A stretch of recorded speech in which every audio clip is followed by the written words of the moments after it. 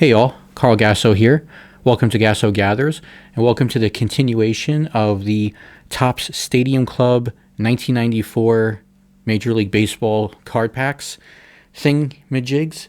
And yeah, we're going to get right into this. We have this much to go, and I'd like to keep this a two-parter, so I think we can get through these right now. Just like, this seems interesting. This seems interesting the way it almost looks like, I don't know, it's like quartered, like or something. So in typical Carl Gasso fashion, I purchased these cards, and I don't always quite understand what exactly I've gotten. Other than that, I've been sticking to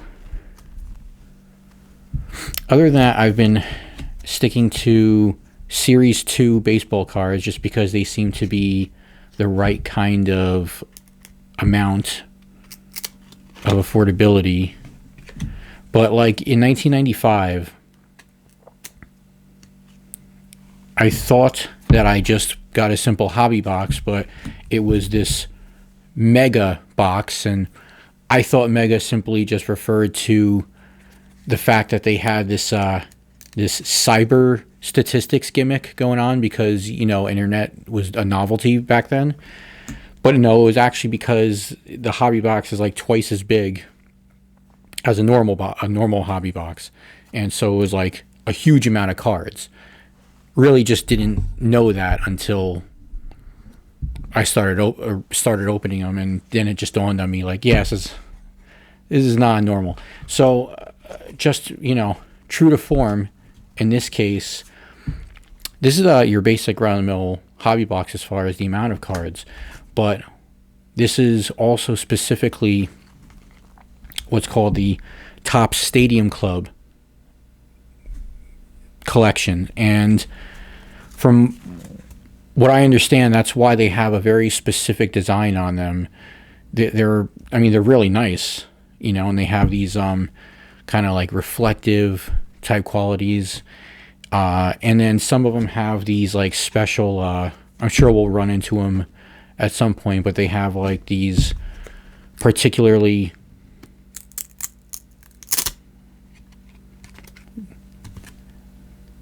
this like dugout dirt stuff. Like there's just like this particularly specific, that's cool, Mike Gallagher.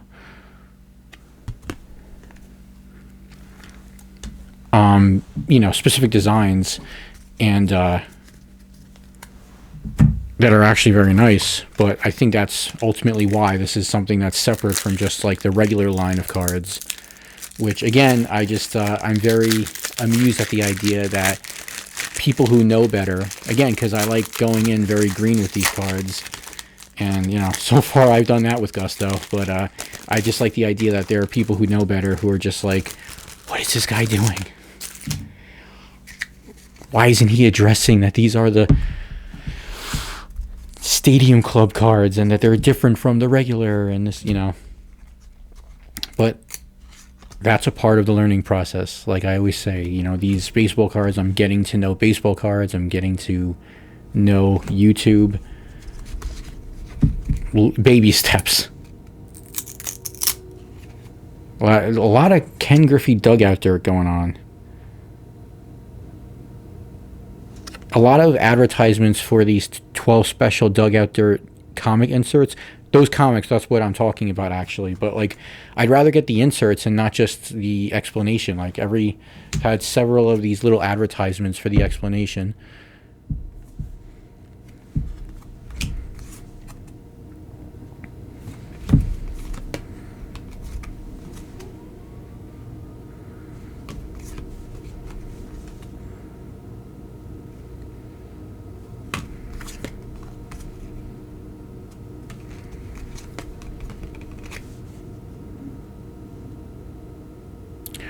The video before the previous one was my first non-baseball card video. I discussed a part of my toy collection, which was specifically my 90s era Star Wars toys. And part of the reason why I started with that, because if you look at that, I have they're all kind of on this rack. And I have two of those racks, and I have each side with its own theme. And that side obviously was the Star Wars side. And the reason why I started with the Star Wars one was that was the one I actually decided that I wanted to kind of start cleaning up a bit, as far as toning down, or basically getting rid of some figures. And for me, part of the collection is the curation. You know, like I'll get into a collection, I'll get into collecting, I'll get into a specific subject, I'll get stuff, I will, you know, organize it, I'll have it on display, and then, you know, eventually I'll kind of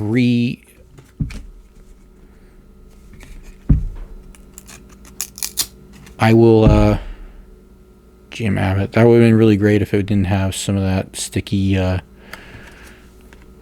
but it's good. But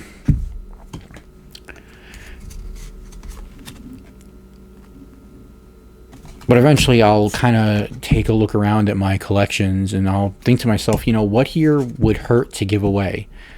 Or, you know, would this hurt if I gave it away? And if the answer is no, then I consider that, you know, it's time to do something else with it. And that usually means, you know, putting it up on eBay.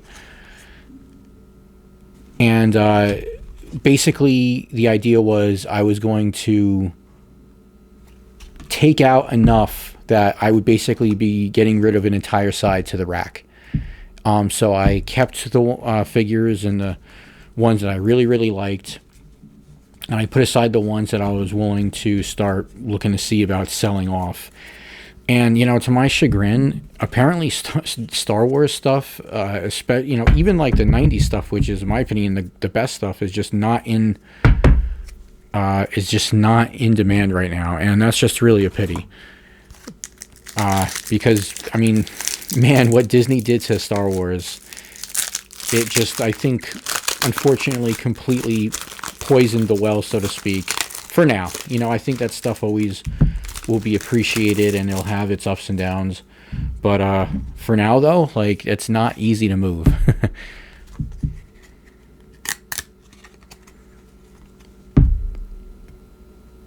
But, you know, that's a part and parcel with, I think, I would say my version of collecting, right? Because there are completionists, but in order to be a completionist, it takes a particular person of a particular passion to get into that stuff. Because, I mean, completionism has been for a while, but, you know, particularly now is very predatory.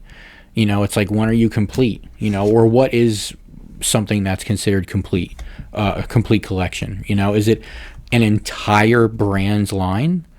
Is it, you know, like a specific run of the line?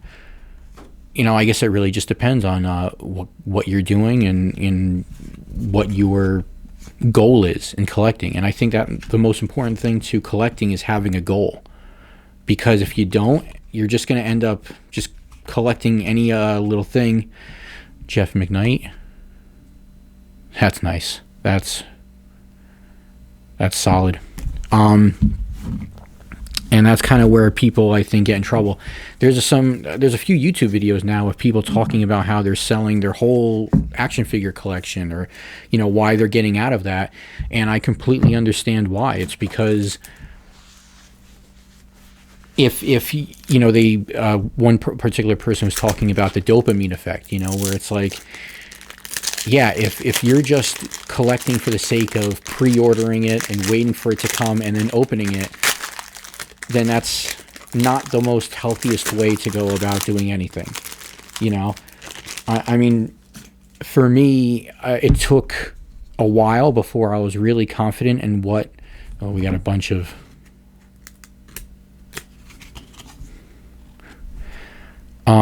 That's a rad jersey. Before I was confident in knowing what exactly I was collecting, or like why, or what the kind of goal was. And like I said, mine ultimately falls into the retro vintage category for the most part. and I am just interested in having like a an example of this era, right? Which is mainly the 90s. So, you know, I have one rack that's dedicated to 90s. It was dedicated to 90s Star Wars. Another that was dedicated to that's dedicated to 90s Batman. Another that's dedicated to some 90s Marvel, or so to speak. I'll get into that rack another time, but yeah, ultimately everything on those racks are an example of 90s, of excuse me, not just 90s, but mainly 90s, but it's retro and vintage. And those racks are, those figures are put together like a puzzle. This is a very interesting, I don't know what the situation on the card is. Hold on.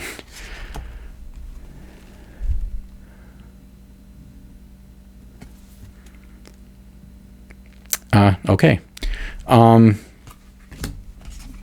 Everything fits together like a puzzle, and ultimately whatever is there it's done. And if I want to add to it, then I'm usually subtracting to it, you know, or if I'm getting into collecting something else, I'm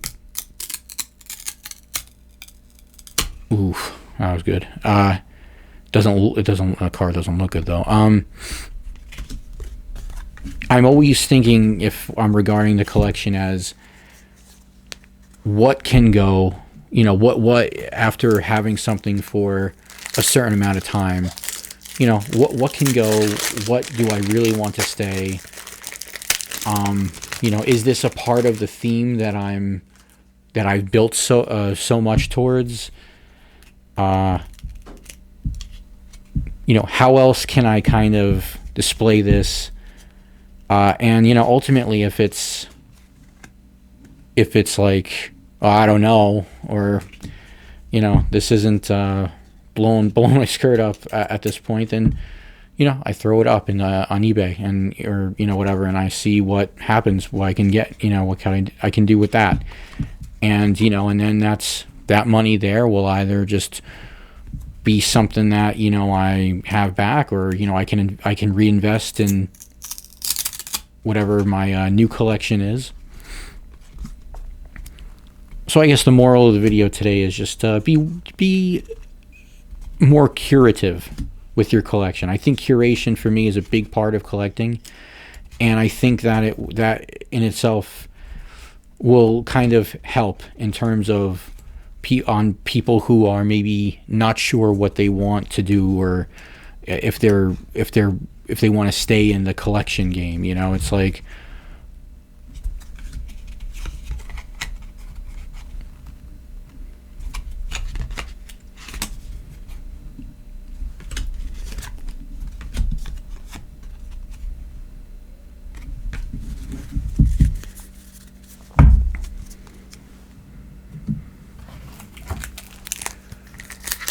moving right along. I think that we're going to be able to finish this up tonight.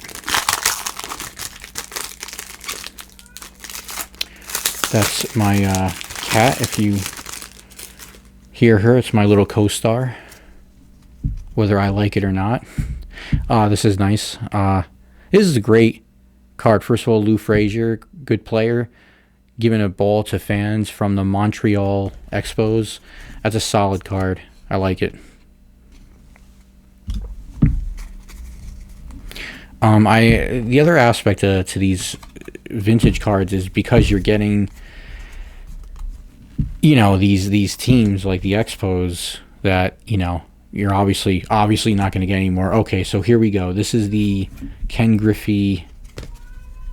Okay, very nice. Dugout Dirt. This is what those advertising cards have been building towards. This is a nice pull. It's Ken Griffey Jr. The one card I've been able to sell was a Ken Griffey Jr. and it has this. Oh, that's insane! 7 of 12. That's the comic. So you know what? That is a good one right there. I put that off to the side.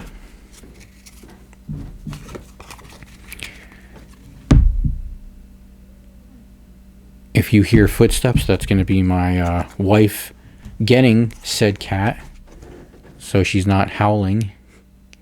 One of these days, I'll bring her into a video when I'm not handling these vintage pieces of cardboard that she can bite at and get her hair all on. Haha, sweet. Put on the eye.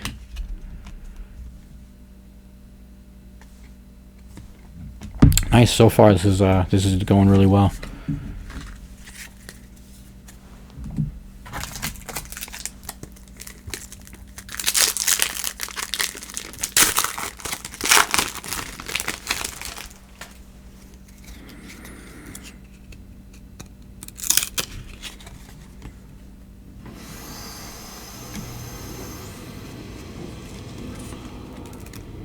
Oh, we got another one of these Griffey cards. Oh boy. This is where the work comes in. Excuse me.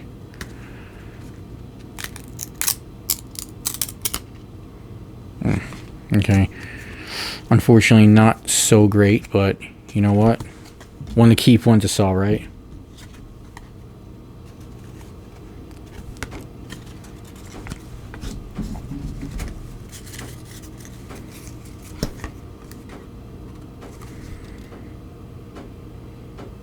Barry Bonds. That's nice. These have been good decks so far. Barry Bonds.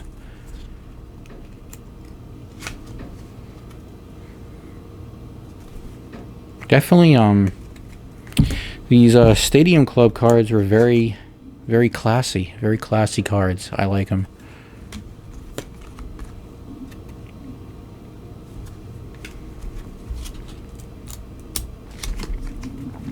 I'm thinking my next video about the toy collection will probably be coming up for this next video.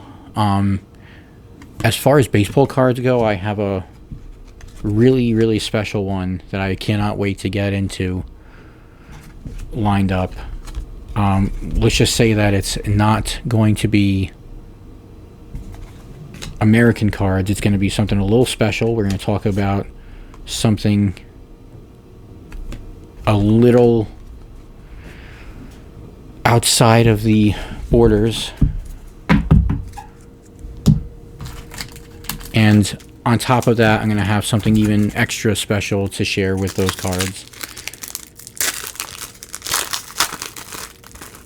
But that'll be the next video. Not the next video. So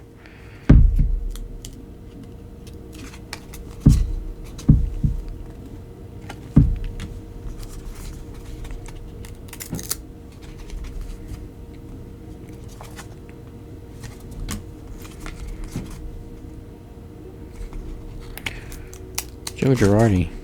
Okay.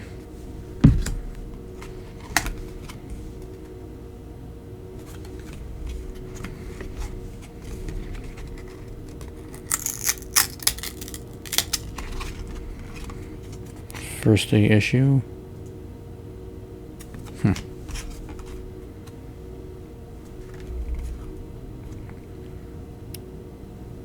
Tito Navarro.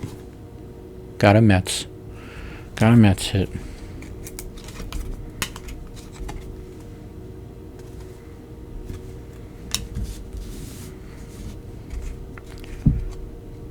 If you notice, I kind of put certain cards automatically to the side, and it's not just the ones that I think might be interesting to look into. It's as I said, I'm a Mets fan, but you know, I enjoy New York baseball in general, so I will always keep the Yankees separate. I also enjoy I like the Darryl Strawberry LA Dodgers. Was Strawberry on the Dodgers? He was on the Giants. He was on the Yankees. Like, this guy literally did the whole New York former team, you know, New York team, New York former team gamut, huh? like I'm still learning more about the guy. So that's a great card. I also keep any like former Mets players from different teams. So I got a couple of Mike Piazza on the LA Dodgers. So yeah, I've talked about how I'm a big history guy, and New York baseball history is just, I think, is just, I mean, it is. It's one of the most important parts of baseball history because so much of the game comes from New York, including many teams. So it's the Yankees, it's the Mets, and it's the San Francisco Giants and the LA Dodgers. And I can't help but appreciate them because of that.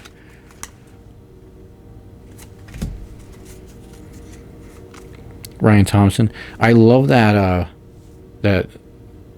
Sorry, I love that New York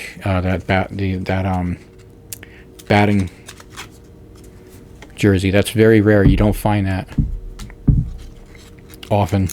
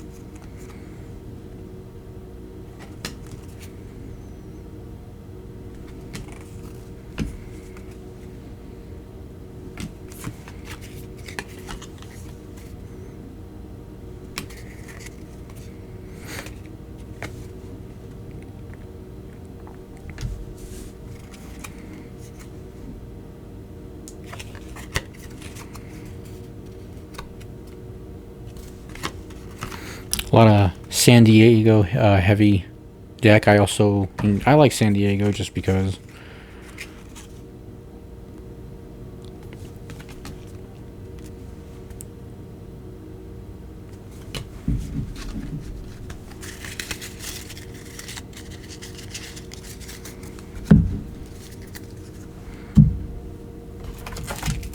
we have 2, 3, 4, 5 decks. I think we're just going to speed through it. We're at 23 minutes now. A lot of these are becoming doubles anyway, so like this weird one that I have no idea what's going on there.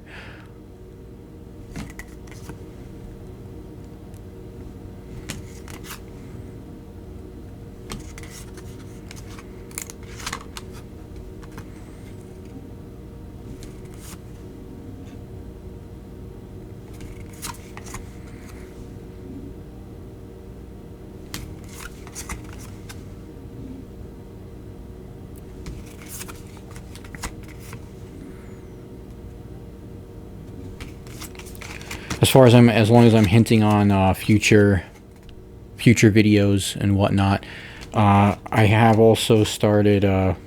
For a while I've been slowly acquiring some graded stuff. Yeah, I do. I have graduated to that, and that too I've put a lot of thought into how I want to go about doing things. And yes, it is very much on brand for the vintage. So I've been little by little working on that little project, but once I'm ready, I'll be doing a video on that as well. I'm putting a squad together, so we're gonna see soon what that's gonna be all about.